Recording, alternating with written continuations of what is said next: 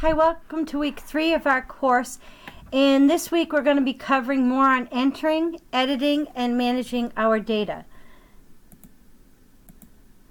So we're going to be talking about formulas, we're going to be talking about functions, and we'll also cover universal design. In terms of the textbook, we will cover chapter 1.2 and chapter 2, sections 1 and sections 2. The formulas we'll be dealing with will be basic formulas and some complex formulas, and statistical functions we'll be covering. In terms of reference, cell references, we'll talk about relative reference, absolute reference, and mixed reference. We'll talk more about advanced printing, and a key piece here is the order of operations in practice. We want to make certain that the answers that we get are the same answers that others would get whenever we're creating our formulas. We'll talk universal design, and there is more on autofill, and we'll have a section on current events. So part of this will all be covered in the class, and then the other part will be your responsibility to watch the videos and read the material as presented in our Blackboard shell.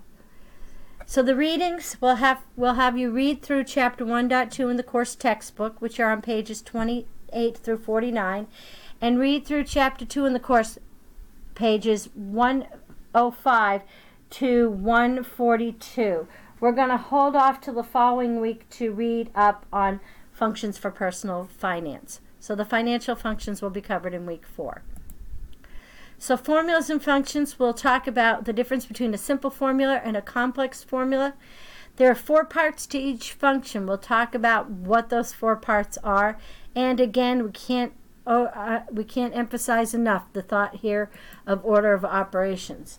So why order of operations? To set up formulas so that everyone will get the same answers. We want to make the formula understandable.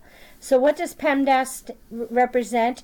It's an acronym where first you're going to parse through the formula, draw the parentheses first, then go back and parse through the formula and do the exponentiation, then the multiplication and division, and then the addition and subtraction.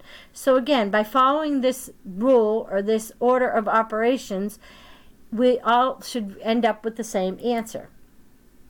A current event, we have a little short video that you can watch on what Archimedes has to say about spreadsheets. It's lighthearted, but still interesting to view. And we'll have a discussion board, and we'll have homework assignments. Thank you.